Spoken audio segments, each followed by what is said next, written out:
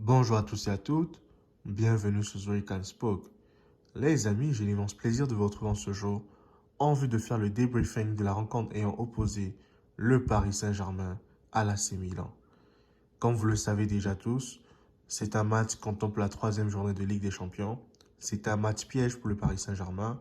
C'est un match de tous les dangers. Le Paris Saint-Germain était dans l'obligation de faire un bon résultat, à savoir une victoire, en vue d'espérer de se qualifier pour le prochain tour. Car les hommes de Luis Enrique, souvenez-vous, ont essuyé une cuisante défaite au match précédent contre Newcastle à St. James Park. Et cette rencontre était une rencontre de tous les dangers, une rencontre piège face à une équipe de Milan AC qui ces dernières semaines n'est pas en forme, qui ces dernières semaines n'a pas un beau football, qui ces dernières semaines perd des matchs, ne brille pas assez. Malgré tout ça, elle est invaincue en Champions League en fait. Donc c'est un gros test pour les Milanais et pour les Parisiens, même si ce n'est pas le Milan AC de l'époque les gars. Encore bienvenue sur The Return Spot. Tout d'abord, les gars, j'aimerais d'abord qu'on félicite le Paris Saint-Germain pour sa belle rencontre, hein. Vous savez, le Paris Saint-Germain aujourd'hui, c'est une équipe qui est en reconstruction, comme le président Nasser ne cesse de le mentionner tout le temps. Il nous fait comprendre que c'est une équipe en reconstruction. Ça se voit aussi d'un côté parce que le Paris Saint-Germain a quand même fait venir beaucoup de nouveaux joueurs. Beaucoup de joueurs sont en train de s'intégrer à cette équipe, sont en train de trouver leur marque petit à petit. Je pense notamment à Randal Colomani, je pense notamment à Kang In Lee, même s'il n'a pas tellement joué ce joueur parce qu'il était quand même parti faire des jeux asiatiques avec son équipe de la Corée du Sud. Mais je pense à des joueurs comme Manuel Ugarte, donc Vitinha, il est là déjà depuis l'année passée, mais il n'est pas encore totalement acclimaté à cette équipe. Donc, ça lui donne du temps de pouvoir avoir des repères, ce genre de choses. Et c'est une équipe qui est en transition avec un nouvel entraîneur comme Luis Enrique. Et cela donne franchement une équipe en totale reconstruction, une équipe qui va produire du beau football dans quelques mois encore à venir. Moi, je crois que la deuxième partie de saison du Paris Saint-Germain, c'est-à-dire à partir de janvier jusqu'à mai, c'est une équipe qui va franchement être injouable en fait.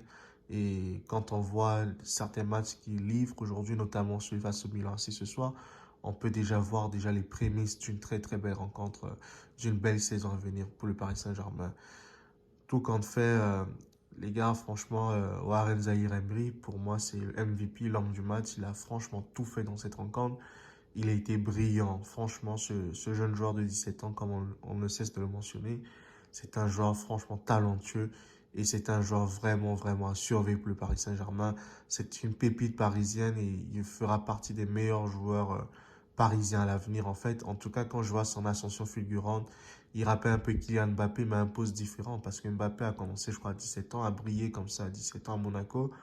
Mais comme Mbappé était un attaquant, donc on a vite mis les projecteurs sur lui. Tandis que Warren Zahir Emery, lui, c'est un milieu de terrain. De nos jours, on ne voit pas trop les milieux de terrain. On compte plus sur les gens qui marquent plus de buts. Or qu'à l'époque, hein, on voyait plus les milieux de terrain comme Zidane, les Ronaldinho, les Maradona. C'était plus des milieux. Ce n'étaient pas des attaquants de pointe. Ce n'étaient pas des joueurs qui étaient comme des neufs. C'était des joueurs qui étaient là pour créer le jeu, pour faire le jeu. Et ils n'avaient pas des stats. Aujourd'hui, comme aujourd'hui, on met tellement l'accent sur les stats et tout. Ce sont des joueurs qui n'avaient pratiquement pas de stats. Mais aujourd'hui, pour être un grand joueur, il faut être un numéro 9, il faut avoir des statistiques. Alors que quand on voit Warren Zahir Emery, tout ce qu'il fait, tout ce qu'il produit comme jeu, franchement, c'est limpide, c'est propre en fait, si je dois dire ça ainsi. Il fait franchement du bon boulot, il est vraiment performant, il est percutant. Les deux buts qu'il apporte au Paris Saint-Germain, franchement, ça c'est un talent pur, c'est un bon diamant que je pense que Luis Enrique va comme polir et tout.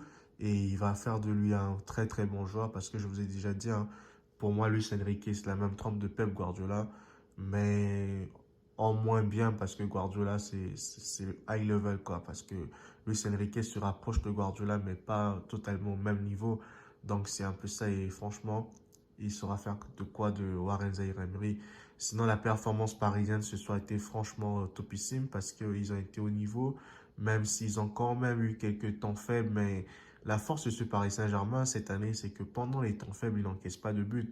Ce qui est contraire aux années précédentes, hein, quand vous observez très bien. À l'époque, quand le PSG avait des temps faibles, ben, il prenait des buts en fait. Alors que cette fois-ci, dans cette rencontre particulièrement, durant leur temps faible, ils n'ont pas comme encaissé des buts. Ils ont quand même su résister avec un Johnny du Donnarumma qui a fait quand même son match avec une bonne défense, retrouver Milan Skriniar, Marquinhos. On va se dire que peut-être le grand Skriniar est de retour, hein. Le Skriniar tant attendu du Milan AC, dans l'Inter Milan, désolé, est en fait de retour dans cette rencontre. Donc je pense que c'est de bon augure pour la suite. Euh, Même s'il faut reconnaître qu'ils ont quand même été aidés par les déchets techniques de Rafael Leao, qui a voulu surjouer, qui a voulu à lui seul faire la différence. Ça se voit qu'il n'avait pas comme un joueur modèle sur le terrain. Et le pauvre Olivier Giroud, il s'est débattu comme un beau diable, il a tout tenté, il a essayé d'être un poison pour la défense parisienne. Malheureusement pour lui, il n'a pas su faire grand-chose dans cette rencontre. Et les gars, franchement, que dire de la performance de Kylian Mbappé, les gars? Kylian Mbappé, pour moi, il a fait un match franchement énorme, hein. Franchement, même s'il a eu des déchets, mais il a quand même fait un très bon match parce que c'est lui qui débloque la rencontre. Dans ce genre de rencontre, si tu marques pas en premier, c'est un match nul. Donc, heureusement qu'il a fait la différence. Il a su tremper Mac Maignan, qui est un très très bon gardien d'ailleurs, qui n'a pas vu venir le but, comme le troisième but aussi. Franchement, ce sont des actions sur lesquelles il ne peut pas faire grand-chose. Il est très loin de la balle. Et vraiment, bravo à Kylian Mbappé pour sa performance. Les gars, j'entends souvent parler qu'on parle mal de Randal Colomani. Mais moi, je commence à comprendre pourquoi Colomani joue franchement dans cette équipe. Parce que c'est un gars qui déstabilise. C'est un gars qui est capable de prendre l'aile. C'est un gars qui est capable d'amener une percussion, un débordement, des 1-2 avec Dembélé, que ce soit avec Dembélé, que ce soit Mbappé. C'est un joueur franchement qui est topissime, qui crée des différences, même si actuellement au niveau stats, il n'apporte pas encore tant de stats que ça, mais force est de constater que dans cette rencontre, Randal Colomani a quand même scoré, il a marqué un beau but. Franchement, que tout renard de surface finit toujours par scorer, quoi. Et c'est de bon augure pour la suite du Paris Saint-Germain. Pour lui, ça lui permet d'être en confiance et tout. Et que dire d'Ousmane Dembélé, c'est un joueur, franchement, dans cette rencontre, qui aurait pu avoir aussi son premier but au Paris Saint-Germain. Malheureusement pour lui, cela est entaché par la faute gravissime de Manuel Ugarte qui a fait une grosse faute sur, je crois, c'est Moussa, hein, si je ne me trompe pas. Et c'est vraiment dommage parce que Dembélé aurait eu son premier but parce qu'il n'a pas fait un si mauvais match que ça. Je ne comprends pas d'ailleurs pourquoi les gens critiquent Ousmane Dembélé pour dire qu'il fait des matchs bidons, qu'il ne fait pas des beaux matchs, qu'il fait pas des... En tout cas, pour ma part, je trouve qu'il a fait franchement un très très bon match. Il a été percutant, il a essayé d'apporter du surnombre en attaque avec Achraf Hakimi qui a tenté de faire des doublements dans son dos et tout. C'est vrai qu'il lui manque encore un petit truc là, mais je pense que Dembélé, les prochains matchs, va finir par marquer quand même. Même si aujourd'hui, j'apprends qu'on lui met en concurrence directement avec Kang In Lee qui vient de rentrer, qui a marqué les gars. Pour moi, hein, Dembélé est super à Kang In Lee, il est meilleur que lui. Kang In Lee, oui, c'est un bon joueur, je le vois, mais on attend encore davantage de lui. Il n'a pas assez confirmé. Il n'a pas encore tellement démontré tout le potentiel qu'il avait. Donc, je me dis que Ousmane Dembélé a encore sa place dans le 11 titulaire, même si cela, franchement, n'est pas gagné, n'est pas acquis totalement. Il ne peut pas dormir sur ses lauriers, mais il faut qu'il redouble d'efforts, qu'il puisse bosser.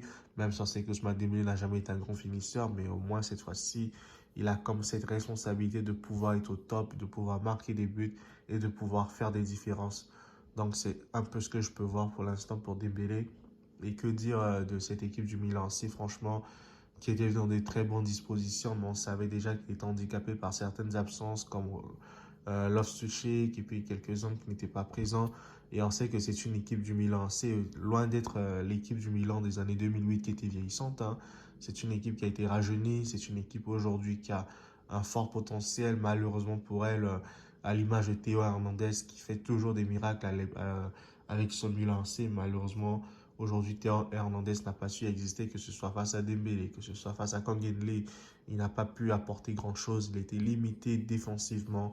Et franchement, le Milan AC de Mike Maignan, lui-même un très très grand gardien, les gars, malgré le score, hein, le type, il a fait son match. Il a sauvé les meubles qu'il pouvait sauver, notamment face à Kylian Mbappé.